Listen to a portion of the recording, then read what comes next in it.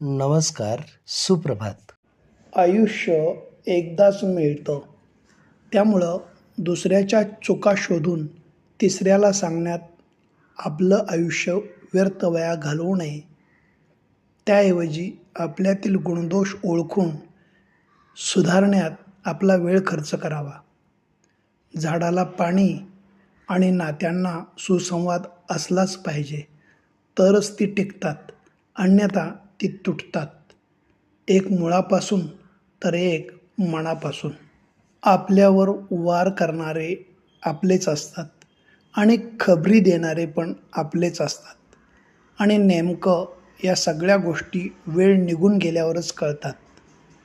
वेळ बदलते ती एवढ्यासाठीच, ज्यामुळं भोवतालच्या कोलाहलात आपले आणि परके स्वतःला नीटपणे ओळखता येतील. आपल्या किमतीचा आणि हिमतीचा तसा अंदाज कधीच कुणाला लागू द्यायचा नसतो, कारण समोरचा आपल्या या दोनच गोष्टी नेहमी शोधत असतो.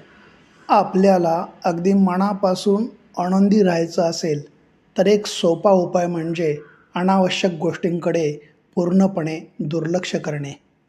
नियमित वाचन केल्याने आपले अज्ञान किती आहे हे आपल्याला समजून येते आणि वाचन न केल्याने आपले अज्ञान किती आहे हे सगळ्या जगाला कळते. नशिबात नसलेली गोष्ट खेचून आणण्याचं सामर्थ्य प्रत्येकात असतं.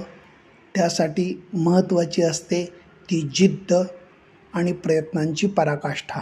धन्यवाद.